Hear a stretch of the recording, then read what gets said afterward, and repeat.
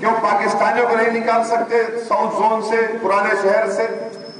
ہم B J پی سے پوچھنا چاہ رہے اگر پرانے شہر میں پاکستانی ہے تو اس کی ذمہ داری نریندر موڈی اور امت شاہ پر عائد ہوتی ہے، کیونکہ یہ ان کی سراسر ناکامی ہے کہ وہ سو رہے تھے اور پاکستانی گھس گئے۔ میں تو نہیں بلایا، نہ میں جانتا ہوں، اگر آپ کو معلوم تو چلو کل تک 100 نام بتاؤ پاکستانیوں کے، بتاؤ آپ 100 نام کون ہو پاکستانی جو ہمارے پرانے شہر میں آ کے رہ رہے ہیں۔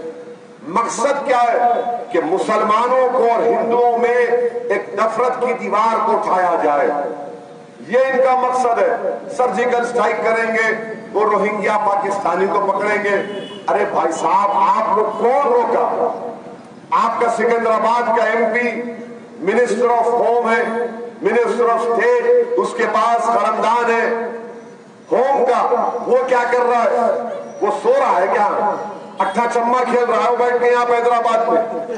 نام نکالنا تھا، مگر مقصد کیا ہے؟ وہی نفرت پیدا کرو، ٹینشن پیدا کرو، اور ہر چیز ماشاءاللہ سے جو منسٹر دلی سے بی جے پی کا آتا وہ شروع کرتا مجلس سے، ختم کرتا صدرالدین اویسی پہ۔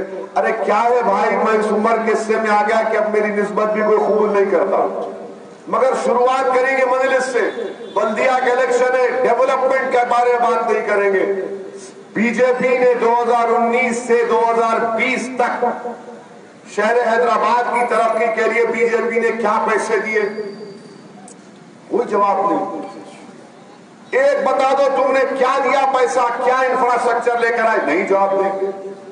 حیدرآباد میں 100 سال کے بعد اتنی بڑی بارش ہوئی، سیلاب آیا، ہزاروں گھر پانی میں ڈوب گئے۔ جب بی جے پی کو توفیق نہیں ہوئی کہ اپنے منسٹروں کو بھجا کر دکھاتے کہ جاؤ جا کر دیکھو کہ حیدرآباد میں لوگ پریشان ہیں، نہیں آئے، اس کے باوجود بھی ایک پیسہ نہیں دیتے۔ آج جو 10,000 کی اسکیم کے لیے غریب پریشان ہے، اگر بی جے پی کی حکومت، دلی کے بادشاہ نریندر موڈی، ان کی حکومت حیدرآباد کی عوام کی تکلیف کے وقت ساتھ دیتے تو 10,000 کی جگہ گورنمنٹ کا جیو ہے کہ ایک ایک گھر کو 80,000 سے 1 لاکھ روپے ملتے۔ آپ نے ان غریبوں کو محروم کر دیا، ایک پیسہ نہیں دیتے۔ اور کیا بات کر رہے ہیں؟ اس ریبڈ اسلامزم، ایم آئی ایم کو ووٹ دینا نیشن کے انٹرسٹ میں نہیں ہے۔ ایم آئی ایم روہنگیاؤں کے ناموں کو ڈال رہی، اب تو افغانیوں کا بھی ذکر ہو گیا ماشاءاللہ۔ مانے ہم جو ہے روہنگیا کے نام آ گئے، افغانی آ گئے، پاکستانی آ گئے۔ ارے کہاں یہ بات صاف ظاہر کر رہی ہے کہ بی جے پی فرسٹریشن کا شکار ہو چکی ہے، بوکھلاہٹ کا شکار ہو چکی ہے، اور بی جے پی اس بلدیہ کے الیکشن میں اپنی شکست کو تسلیم کر چکی ہے۔ انشاءاللہ بی جے پی نہیں جیتے گی، میری بات یاد رکھیے آپ، کیونکہ حیدرآباد کی عوام دوبارہ نہیں چاہتی 1980 اور 1990 کا دور حیدرآباد میں آئے، اور مدرسہ اتحاد المسلمین انشاءاللہ تعالی وہ دور کو کبھی آنے نہیں دے گی۔ 6.5 سال سے جب سے تلنگانہ بنا، حیدرآباد میں کرفیو چھوڑیے، ٹینشن نہیں ہوتا ہے۔ اس کے لیے کریڈٹ میں دیتا ہوں حیدرآباد کی عوام کو، حیدرآباد کی پولیس کو، اور مجلس اتحاد المسلمین کو۔ اسی لیے میں پلک پیٹ کے تمام رائے دہندگان سے اپیل کر رہا ہوں کہ یہ لڑائی حیدرآباد کو بچانے کی ہے، یہ لڑائی برانڈ حیدرآباد کو پروٹیکٹ کرنے کی ہے، اور حیدرآباد کے تعلق سے بی جے پی جو واہیات قسم سے جھوٹ اور بکواس بک رہی ہے۔ آپ بتائیے کہ حیدرآباد ایک برانڈ نیم ہے پورے ملک میں۔ ملک میں اگر 5 شہر ہیں جو ہندوستان کے لیے گروتھ انجن ہے، وہ حیدرآباد ہے۔ ایمیزون کا سب سے بڑا دفتر حیدرآباد کو آ رہا ہے، مائیکروسافٹ امریکہ کے بعد سب سے بڑا دفتر حیدرآباد میں۔ بڑی بڑی سافٹ ویئر کمپنیاں کروڑوں روپے انویسٹ کر رہی ہیں، پی پی آفیسز ہیں، رات میں ہمارے بچے اور بچیاں جا کر کام کرتے ہیں، روزگار سے لگتے ہیں، اور یہ بی جے پی اس کو ختم کرنا چاہتی ہے۔ شرم آنی چاہیے لوگوں کو کہ ایک مجلس کی مخالفت میں تم حیدرآباد کے نام کو خراب کر رہے ہو، حیدرآباد کے برانڈ نیم کو خراب کرنے کی کوشش کر رہے ہیں۔ اور مجھے یقین ہے کہ 1 دسمبر کے دن حیدرآباد کے تمام حیدرآبادی لوگ حیدرآباد کے نام کے لیے، حیدرآباد کی ترقی کے لیے، حیدرآباد کے ہندو مسلم اتحاد کے لیے، حیدرآباد کے کمپوزٹ کلچر کے لیے، ملک پیٹ کی ترقی کے لیے، حیدرآباد کے امن کے لیے مجھے یقین ہے کہ نہ صرف ملک پیٹ بلکہ پورے گریٹر حیدرآباد میونسپل کارپوریشن کے رائے دہندگان برانڈ حیدرآباد کی کو بچانے کے لیے بی جے پی کی ضمانت کو ضبط کریں گے انشاءاللہ تعالیٰ، اور بی جے پی کی شکست یقینی ہے۔ ارے تم نریندر مودی کو بلا کے کیمپین کرو، چلو پرانے شہر میں دیکھیے کیا ہوگا، بلاؤ وزیر اعظم کو بلاؤ اور کیمپین کراؤ، بتائیں گے تم کو یہ کیوں بلا رہے ہیں لوگوں کو، بلاؤ تمہارا اصل جو چہرہ ہے، بلاؤ مودی کو بلا کر مقابلہ کراؤ، لگاؤ مودی کی میٹنگ، دیکھ لو کتنی سیٹ تم جیتتے یہاں پر۔ بہار میں کون سا تیر مارے آپ؟ 2019 میں جو الیکشن ہوا تھا پارلیمنٹ کا، بی جے پی نے بہار میں 222 اسمبلی سیٹ جیتی تھی، 222، 1.5 سال میں 75 پر آ گئے تم۔ کون سی دنیا میں تم رہ رہے؟ ہم بہار میں 20 سیٹ اور 5 جیتے۔ انشاءاللہ تعالی جو سفر مجلس کے بزرگوں نے شروع کیا تھا وہ اب رکنے والا نہیں ہے۔ میری آپ سے گزارش ہے کہ یہاں سے ہمارے امیدوار منہاج کو کامیاب کریے۔ مجلس کے امیدوار نے آج میرے کینڈیڈیٹ کے اوپر کوئی انگلی نہیں اٹھا سکتا، کوئی انگلی نہیں اٹھا سکتا کہ منہاج بے لوز بے نفس ہو کر ہر ایک کا کام کیا۔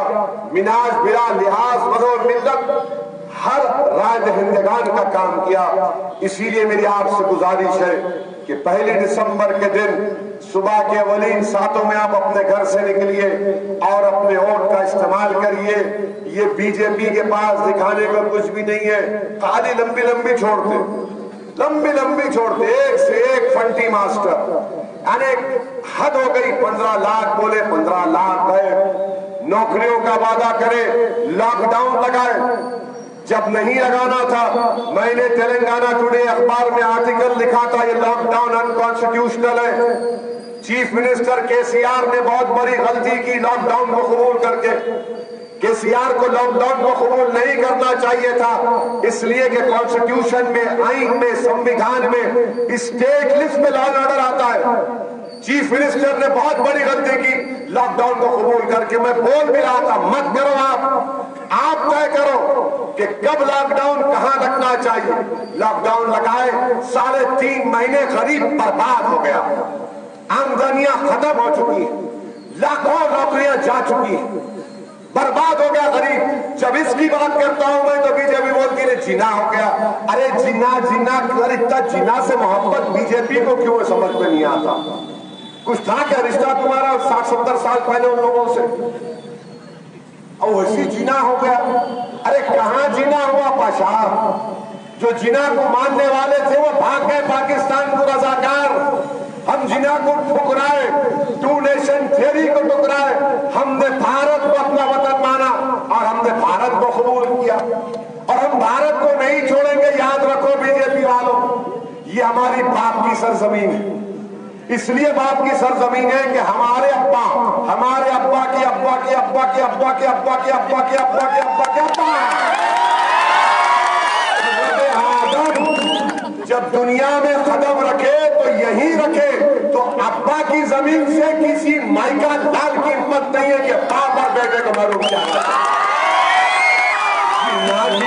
جنہ سے محبت ہے، جا مرو، ہم کو بھارت سے محبت ہے اور صبح قیامت تک ہم رہیں گے۔ سنو آر ایس ایس والوں، بھارت کے سمویدھان کو بچائیں گے، بھارت کو بچائیں گے، بھارت کی گنگا جمنی تہذیب اور سیکولرزم کو بچائیں گے۔ حیدرآباد میں جو امن کا ماحول پیدا ہوا ہے اس امن کے ماحول کو اور مضبوط کریں گے۔ بی جے پی بولتی ہے ہم ہندوؤں کے خلاف ہے۔ ارے تمہارا ایم ایل اے جو بیٹھا ہے نا اسمبلی میں، گنگا انہیں گنگا منہ نہیں کھول سکتا، انہیں ایک کانسٹیٹیوشن کا لفظ نہیں پڑھ سکتا، انہیں خالص سے منہ سے کیا نکلتا؟ ہندو مسلمان، ہندو مسلمان۔ اکبر الدین اویسی نے اسمبلی میں کھڑے ہو کر کہا کہ لال دروازے کی مندر کو 10 کروڑ روپے دو۔ چیف منسٹر دم بخود ہو گئے۔ اکبر صاحب آپ بالکل